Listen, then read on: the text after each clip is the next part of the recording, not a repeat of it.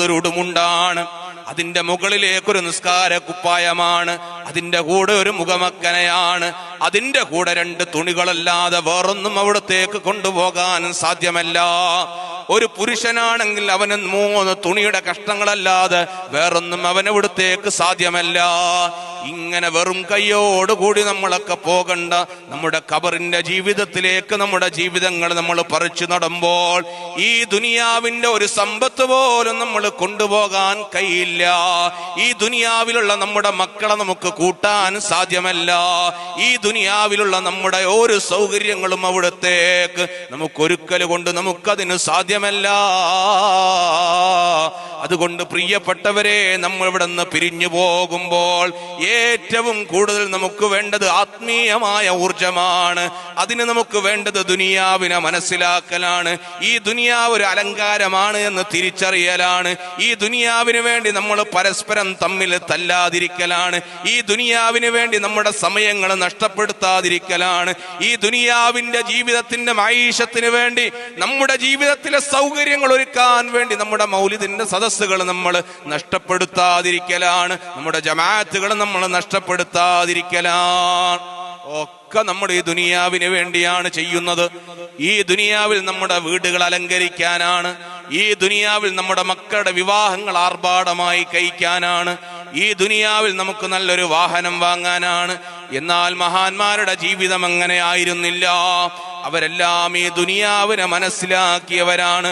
ഈ ദുനിയാവ് നമുക്ക് യാത്ര ചെയ്യാനുള്ള ഒരു കേഹമല്ലാതെ ഒരു വഴികളല്ലാതെ വേറൊന്നുമല്ലെന്ന് തിരിച്ചറിഞ്ഞവരാണ്. പ്രിയപ്പെട്ട ഉമ്മമാരെ, നമ്മളും ഈ ദുനിയാവിൽ നിന്ന് കടന്നു പോകുന്ന സമയത്ത് സുന്ദരമായ ഖബറിൽ നമുക്ക് സ്വസ്ഥത വേണോ? മഹ്ശറയിൽ നമുക്ക് സമാധാനം വേണോ? അതിന് ഈ ദുനിയാവിനോടുള്ള അലച്ച നമ്മൾ ഒഴിവാക്കണം. ദുനിയാവിനെ ഒഴിവാക്കണം എന്നല്ല, ദുനിയാവിനോടുള്ള അലച്ച നമ്മൾ ഒഴിവാക്കി കളയുക. വല്ലാതെ ദുനിയാവിനെ സ്നേഹിക്കുന്ന സ്വഭാവത്തിൽ നിന്ന് നമ്മളൊന്ന് മാറി നിൽക്കുക. അള്ളാഹു ഇതൊക്കെ നമുക്ക് തരുന്നത് നമ്മളോടുള്ള ഒരു പരീക്ഷണമാണ്. കുറേ സമ്പത്ത് കിട്ടുമ്പോൾ നമ്മൾ ചിന്തിക്കരുത് ഈ സമ്പത്ത് മുഴുവൻ എനിക്കുള്ളതാണ്, ഞാനിപ്പം വലിയ ആളായി, വലിയ പണക്കാരനായി. പ്രിയപ്പെട്ട ഉമ്മമാരെ, കുറേ സ്വർണം നമ്മുടെ കയ്യിലുണ്ട്. ഈ സ്വർണങ്ങളെല്ലാം എന്റേതാണ് എന്ന് കരുതേണ്ടതില്ല. നാളെ ചിലപ്പോൾ അത് നിങ്ങളുടെ മക്കളതാവും, നിങ്ങളുടെ കുടുംബങ്ങളതായി അത് മാറും. കാരണം ഒന്ന് കണ്ണടഞ്ഞാൽ അതൊന്ന് എടുത്തു വെക്കണേ എന്ന് പറയാനുള്ള സമയമില്ല. ഈ ദുനിയാവിലതെല്ലാം ഇവിടെ വെച്ച് പോകുന്ന സമയത്ത് ഉമ്മമാരെ, എന്റെ ആഖിറം ഒന്ന് നല്ല സുന്ദരമാക്കണം എന്ന് നമ്മൾ കരുതാറുണ്ടോ? ഇന്ന് ഈ സദസ്സിൽ ധാരാളം മുതഅല്ലിമീങ്ങളുണ്ട്. നിങ്ങൾ കെട്ടിപ്പടുത്തുയർത്തിയ, നിങ്ങൾ സഹായിച്ച് പണിതുയർത്തിയ, നിങ്ങളുടെ കഠിനാധ്വാനം കൊണ്ട് ഉയർന്നു പന്തലിച്ച നമ്മുടെ പ്രിയപ്പെട്ട മിഷ്കാത്തുൽ ഹുദയിലെ മക്കളാണ് ഇവിടെ ഇരിക്കുന്നത്. ഈ മക്കള് നേരം പുലരുന്നതിന്റെ മുമ്പ് തന്നെ എണീക്കുന്നുണ്ട്, തഹജ്ജുദ് നിസ്കരിക്കുന്നുണ്ട്, സുന്നത്ത് നിസ്കരിക്കുന്നുണ്ട്, സുബ്ഹി നിസ്കാരം കഴിയുന്നുണ്ട്, ജമാഅത്തായി അതവര് നിർവഹിക്കുന്നുണ്ട്. ശേഷം ആ മക്കളെല്ലാം മുത്തുനബിയുടെ മദ്ഹ് ചൊല്ലുന്നുണ്ട്. അങ്ങനെ ആ മദ്ഹുകൾ ചൊല്ലിക്കഴിഞ്ഞ് പരിശുദ്ധമായ ഖുർആൻ പാരായണം ചെയ്യാറുണ്ട്. എന്താണ് അവർ പാരായണം ചെയ്യുന്നത്?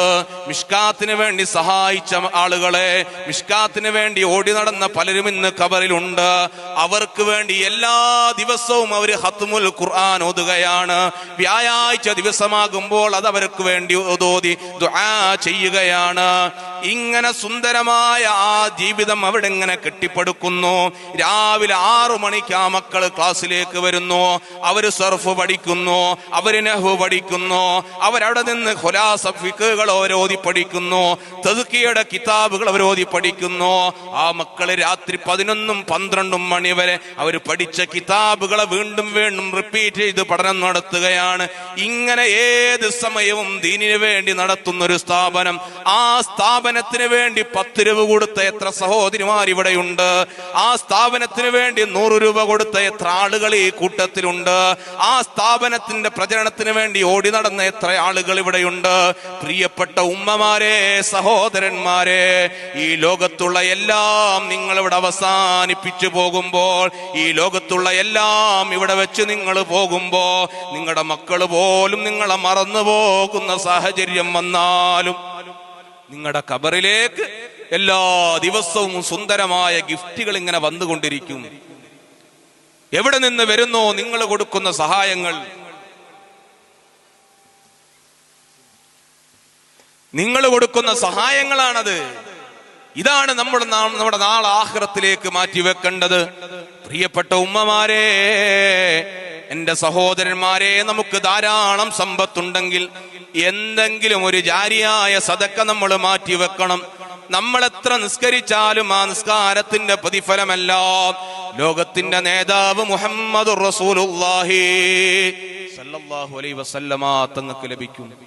നിങ്ങളൊക്കെ ഒന്നിങ്ങനെ ഇരുന്ന് ഇങ്ങനെ ചിന്തിച്ചു, എന്താണ് നാളെ ഞാൻ ആഖിറത്തിൽ ഞാൻ ഖബറിലെത്തിക്കഴിഞ്ഞാൽ എനിക്ക് എല്ലാ ദിവസവും പ്രതിഫലം കിട്ടാൻ വേണ്ടി എന്ത് കാര്യമാണ് ഞാൻ ചെയ്തു വെച്ചിട്ടുള്ളത്? 50 വർഷം ഞാൻ ഇവിടെ ജീവിച്ചു, 40 വർഷം ഞാൻ ഇവിടെ ജീവിച്ചു, അല്ല 60ഉം 70ഒക്കെ ഇവിടെ പായി. ഈ 70 വർഷം ഞാൻ അധ്വാനിച്ചിട്ട് ഇനി എത്ര കാലമാ ജീവിക്കേണ്ടതെന്ന് എനിക്കറിയില്ല. എന്റെ ഉപ്പാപ്പ മരണപ്പെട്ടിട്ട് 45 വർഷം കഴിഞ്ഞു.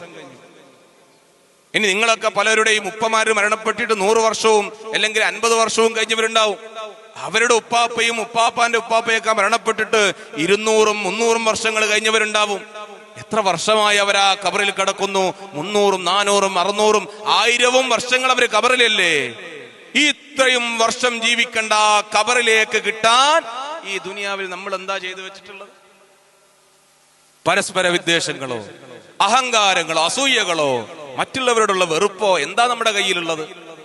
അതുകൊണ്ട് പ്രിയപ്പെട്ട ഉമ്മമാരെ, ഈ ദുനിയാവ് നമുക്ക് അലങ്കാരമാണ്. ആ അലങ്കാരമായ ദുനിയാവിൽ നമുക്ക് സന്തോഷം ലഭിക്കണമെങ്കിൽ നാളെ ആഖിറത്തിലേക്ക് എന്തെങ്കിലുമൊക്കെ അവിടെ പാകപ്പെടുത്തി വെക്കണം. ഞാൻ ഈ പറഞ്ഞു വരുന്ന നാളെ നിങ്ങളെല്ലാവരും മിഷ്കാത്തുൽ ഹുദയിലേക്ക് സംഭാവന തരണം എന്നല്ല, മറിച്ച് ദീനിന്റെ പ്രവർത്തനത്തിന് വേണ്ടി എന്തെങ്കിലും നമുക്ക് ചെയ്തു വെക്കാൻ കഴിയണം. ദീനീ പ്രബോധന രംഗത്ത് നമുക്കൊരു സ്ഥാപനം വേണമെന്ന് വിചാരിക്കുക. നമുക്ക് നല്ല മക്കൾക്ക് ദീൻ പറഞ്ഞു കൊടുക്കാൻ നല്ലൊരു സ്ഥലം വേണമെന്ന് കരുതുക. അല്ല, നമ്മുടെ ഈ മുല്ലത്ത് നട എന്ന് പറയുന്ന സുന്ദരമായ സ്ഥലത്ത് എപ്പോഴും നമുക്ക് ദിക്റിന്റെ മജ്ലിസുകൾ സംഘടിപ്പിക്കാൻ നല്ലൊരു സെന്റർ വേണമെന്ന് കരുതുക. നമ്മൾ ആവേശത്തിൽ അതിനു വേണ്ടി ഒരുങ്ങണം. നമ്മൾ അവരോട് പറയണം, നമുക്ക് വേണം, അതിനുവേണ്ടിയുള്ള സ്ഥലത്തിന്റെ പണം ഞാൻ തരാം. കഴിഞ്ഞ ദിവസവും മിഷ്കാത്തിന്റെ ഓഫീസിലിരിക്കുന്ന സമയത്ത് പ്രിയപ്പെട്ട സഖാഫി ഉസ്താദിനോട് ഞാൻ പറഞ്ഞൊരു കാര്യമുണ്ട്. ഉസ്താദേ, നമ്മുടെ ഈ ഹജ്ജുമ്മ എത്ര വലിയ ഭാഗ്യവതിയാണ്. ഇന്ന് ഈ മക്കൾ നിസ്കരിച്ച അസർ നിസ്കാരത്തിന്റെയും പ്രതിഫലം ഖബറിൽ ഹജ്ജുമ്മക്ക് കിട്ടിയല്ലോ. ആ മിഷ്കാത്തിന്റെ പള്ളിയുടെ സ്ഥലം തന്ന ആ ഉമ്മ എത്രമാത്രം വലിയ മഹത്വമാണ്. എന്തേ ആ ഉമ്മ ചെയ്തത്? അവരുടെ ജീവിതത്തിൽ ലഭിച്ച സ്വത്തിൽ നിന്ന് ഒരു ചെറിയ ഭാഗം അതാ ദീനിനു വേണ്ടി മാറ്റിവെച്ചവര് മരണപ്പെട്ടു പോയി. ഈ ഖുർആൻ ഓതുന്നതിന്റെയും ഈ പഠിക്കുന്നതിന്റെയും എന്തൊക്കെ നിസ്കാരങ്ങളും ആരവിടെ വന്ന് നിസ്കരിച്ചാലും അതിന്റെ ഒരു പ്രതിഫലം ആ ഹജ്ജുമാക്ക് കിട്ടുകയാണ്. ഇതേപോലെ നമുക്ക് ലഭിക്കണം. അതിന് എന്തെങ്കിലും ഒന്നൊക്കെ നമ്മൾ ഒരുക്കി വെക്കണം. ചിലപ്പോ ഈ കൂട്ടത്തിലിരിക്കുന്നവരുടെ ധാരാളം സ്വത്തുക്കളുള്ളവരുണ്ടാവും. നമ്മൾ പറയണം, എന്റെ ഈ സ്വത്തിൽ നിന്ന് ഒരു 10 സെന്റ് നിങ്ങൾ എടുത്തു. എന്നിട്ട് നിങ്ങൾ എന്ത് ചെയ്യണം? ഒരു ദീനി സെന്റർ നിങ്ങൾ ഉണ്ടാക്കണം. ദീനി പ്രബോധനം നടത്തുന്ന നല്ലൊരു സ്ഥലം ഉണ്ടാക്കണം. പ്രിയപ്പെട്ട ഉമ്മമാരെ, അത് നമ്മൾ പറയണം. അങ്ങനെ ഒരാൾ ഒരു സ്ഥലം കൊടുത്തപ്പോ മറ്റൊരു സഹോദരി വിളിച്ചു പറയണം, ആ സ്ഥലത്തിൽ ഒരു തറ കെട്ടാനുള്ള പൈസ ഞാൻ തരാം, എനിക്ക് നാളെ എന്റെ ഖബറിലേക്ക് വേണ്ടി. ദുനിയാവില് വേണ്ട പ്രിയപ്പെട്ട ഉമ്മമാരെ, ദുനിയാവിലേക്ക് വേണ്ട. നാളെ എന്റെ ഖബറിലേക്ക് എനിക്ക് കിടക്കുമ്പോൾ പ്രകാശമാകാൻ ആ സെന്ററിന് ഞാൻ തറ കെട്ടിത്തരാം എന്നൊരാൾ പറയുക. അപ്പം മറ്റൊരാൾ പറയും, അതിനു വേണ്ടി ഒരു 500 കല്ല് 1000 കല്ല് ഞാൻ എന്റെ വക തരാം. ആ സെന്ററിന്റെ ചുമരുകൾ പൊന്തി അതിനു വേണ്ടി അതിന് വാർപ്പിനുള്ള പണം ഞങ്ങൾ തരാം എന്ന് നമ്മൾ പ്രിയപ്പെട്ട ഉമ്മമാരെ ഒന്ന് ഏറ്റെടുത്ത് നോക്ക്. അവിടെ എന്ത് നടക്കും? നമ്മുടെ മക്കൾ ദീൻ പഠിക്കും, നമ്മൾ ദിക്റുകൾ ചെല്ലും, നമ്മൾ പ്രബോധനങ്ങൾ നടത്തും, അതിന്റെ കീഴിൽ ധാരാളം വാദിന്റെ മജ്ലിസുകൾ സംഘടിപ്പിക്കും. അതിന്റെ എല്ലാം പ്രതിഫലം ആ ഉമ്മയുടെ ഖബറിലേക്കെത്തും, ഉപ്പയുടെ ഖബറിലേക്കെത്തും. ഈ ദുനിയാവിൽ നമ്മൾ ഒരുക്കി വെച്ച നമ്മുടെ മക്കളെക്കാളും, ഈ ദുനിയാവിൽ നമ്മുടെ കൂടെ രാത്രിയിൽ കിടന്ന് നമ്മുടെ ഭർത്താവിനെക്കാളും, ഈ ദുനിയാവിൽ നമുക്ക് ഭക്ഷണം പാകം ചെയ്തു തന്ന നമ്മുടെ ഉമ്മയെക്കാളും ഭാര്യയെക്കാളും നമുക്ക് ഉപകരിക്കുന്നത് നമ്മുടെ ഈ സമ്പത്താണ്. ദീനിനു വേണ്ടി നമ്മൾ ചിലവഴിച്ച വലിയ മഹത്വമുള്ള സമ്പത്താണ്. വേറെ ഒരു സമ്പത്തും നമുക്ക് ഉപകരിക്കാതെ ആരാരും കാണാനില്ലാത്ത ഖബറിന്റെ ഉള്ളിലേക്ക് പ്രിയപ്പെട്ടവരെ നമുക്ക് ഒരുക്കി വെക്കാനുള്ള ഏറ്റവും മഹത്തമായ സമ്പത്ത്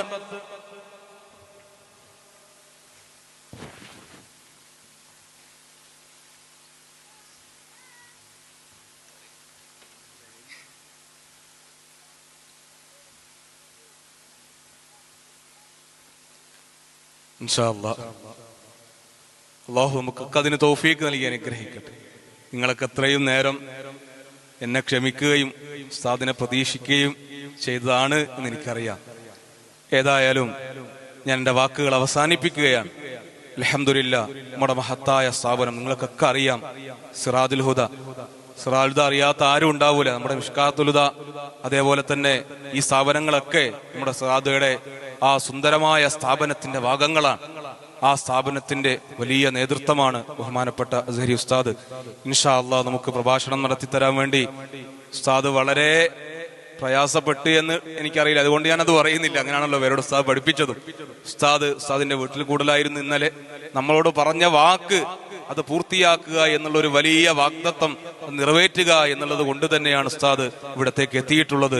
ഇൻഷാ അല്ലാഹ് അതുകൊണ്ട് ഇനി ദീർഘിപ്പിക്കുന്നത് ശരിയല്ല എന്നറിയാം. എല്ലാവിധ സന്തോഷത്തോടു കൂടിയും നമ്മുടെ ഈ നാട്ടിലേക്ക് സ്വാഗതം ചെയ്യുകയാണ്.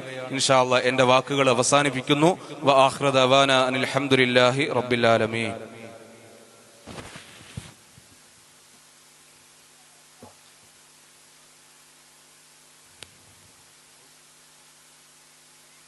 സ്റ്റാൻഡില്ല.